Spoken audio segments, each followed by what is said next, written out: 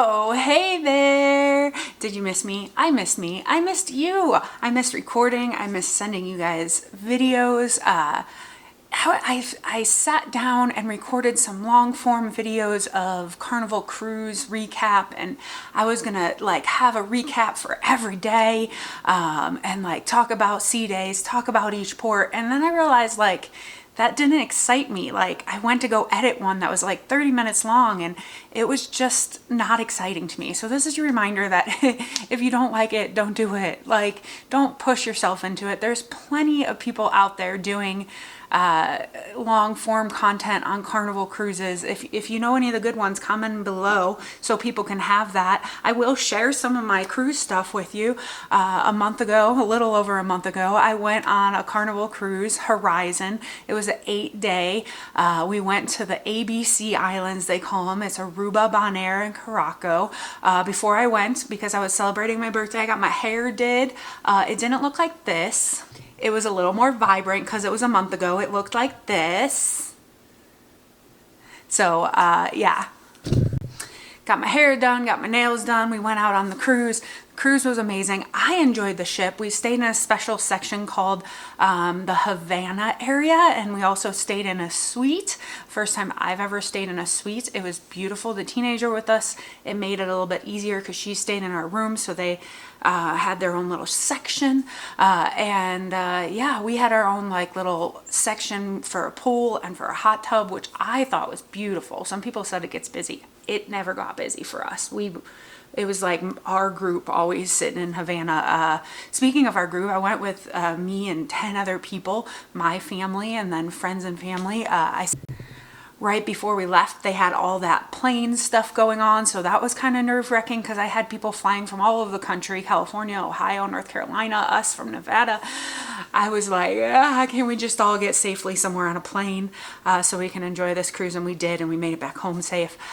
Staff on this cruise was amazing. We had an amazing cruise director. A lot of people asked questions about that.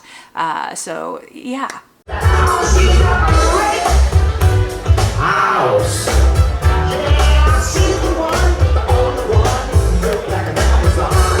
I overall enjoyed the cruise. As of the islands, Aruba was okay. It's beautiful there. We went and stopped at a beach, got sunburnt. There wasn't as much stuff to do in Aruba unless you booked a tour. We didn't book a tour. I'm sure there was plenty to do if you booked a tour, but like there wasn't a lot of shopping. So because it was a long day in Aruba, we were able to get like back on the ship for a minute, clean up, and then we went back to this bar and the boys all took scorpion shots. Yes, the boys. I was not interested in swallowing a scorpion. So there's this bar there. I want to say it's called Lucy's. Yes, it was called Lucy's. Go there. Go see Jennifer, the bartender. If you're there soon, tell her Dana sent you. That means nothing other than hopefully it brings a smile to her face. But the boys took their scorpion shots there. We drank a little bit. There was dancing.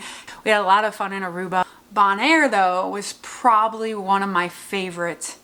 It was my favorite island of the three. Curacao was also beautiful.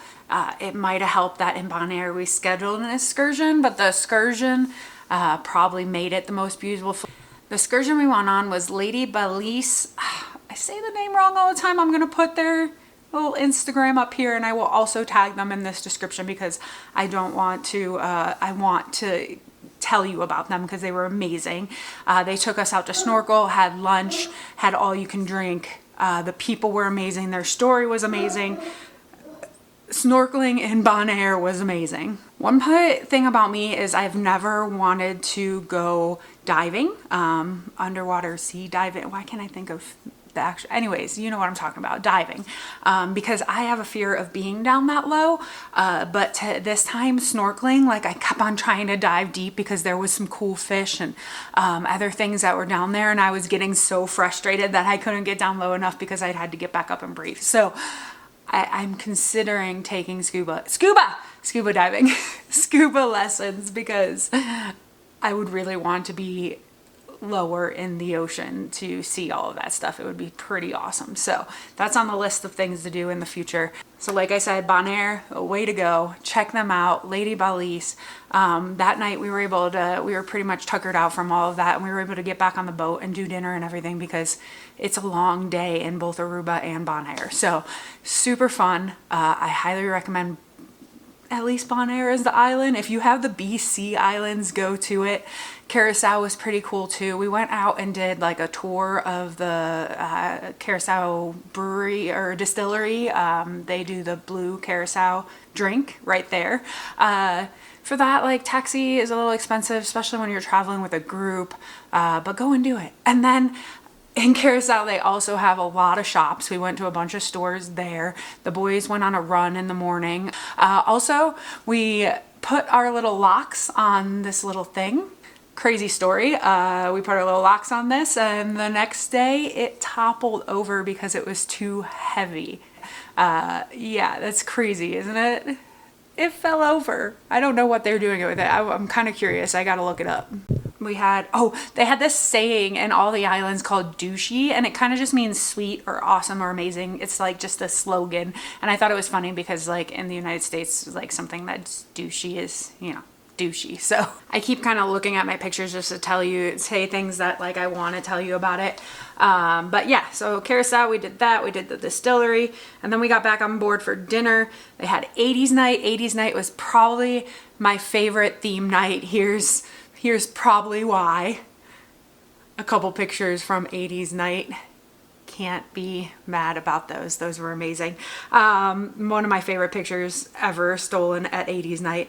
And then the last night of the cruise was the last formal night, and I bought this really pretty dress and I did a bunch of pictures in it. I'll just put them here because I love them. We had some amazing bartenders. Hubby and I did get the drink package. Was it worth it? I don't know. I didn't do the addition. If you have the money and you don't want to worry about buying singular drinks, or you don't want to worry about paying for it every time, and you don't want to worry about going over budget, pay for the drink package and just get all you can drink. We probably had 3 to 5 energy drinks a piece a day. Well, 3, probably not up to 5, but I definitely had at least 2 energy drinks a day and anywhere from 5 to 7 actual drinks. I just didn't have to worry about it, so I kind of like that. One of our favorites ended up becoming an espresso martini. I didn't think I was an espresso martini girl, but one of our bartenders hooked us up and made them so yummy. Speaking of yummy, food on the cruise was A+ throughout the cruise. People have complaints, but I've been on cruises before, and if something is wrong, if you don't like the taste of your food, the way it's cooked, you tell someone and you say, hey, this is not good. Like, we had one night there was a dessert that, like, just the consistency of it, like 90% of us at the table would never eat it again. But like, that's different. Like, if something just tasted wrong or something, just tell someone. Tell someone. They'll bring you something that you like that will taste good to you. So, and if it's a bunch of stuff you don't like, then I think it's a you issue, because there was a lot of good food on the cruise. The last night of the cruise is sad because it's the last night of the cruise. You got to pack, but it was also my birthday, so we tried to celebrate as hard as we could. One of the bands that was near our room ended up becoming our favorite. They were in the area there. Celebrated most of the rest of the night with them. Last night we celebrated as much as we could. A couple other things that we did throughout. The teenager and I did Build-A-Bear. I enjoyed that. I built a bear. I love it. It's actually a turtle, and I put a little Carnival shirt on it. I prepaid for that, and then it pretty much covered the cost of the bear and then any accessories you bought for the bear. It was actual Build-A-Bear, so they stuffed it. They put the heart in, all of that. You get your certificate. Hubby and I played some bingo. We also gambled a lot. We didn't win a whole bunch.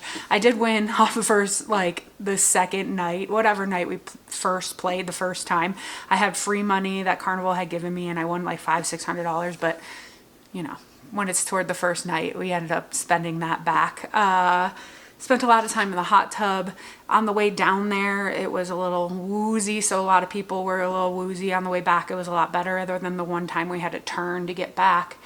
What else? Like I said, in all reality, I'm going to do some small bursts of stuff about cruising on my shorts and on my Instagram here in the next couple of days, but these long form 30-minute, 40-minute videos that I was trying to put together about the cruise just weren't.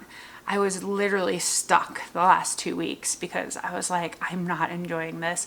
I don't want to do this. I want to do my normal motivation, my showing people what they can do, my woman power, my motivating people to do triathlon, and then showing you now I'm a plus 40. I turned 40 on the cruise, so I'm a plus 40 triathlete who is going to try to beat her time by 3 hours this year.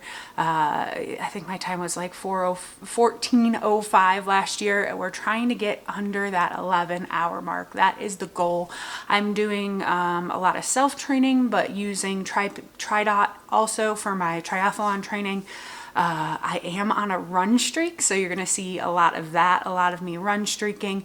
If you want to see my day-to-day Instagram stories is one thing. Now over there I do have a lot of my personal stuff too, where I talk about politics. We'll see if we'll bring that over to here on the YouTube. Unfortunately, my favorite land, the TikTok, is kind of dwindling away, but I am spending time over there still just because of the ease of the platform. So that's kind of an update of what's been going on since you last saw me. So I'm gonna get back to daily vlogs. I enjoy doing that. I know people think I'm crazy.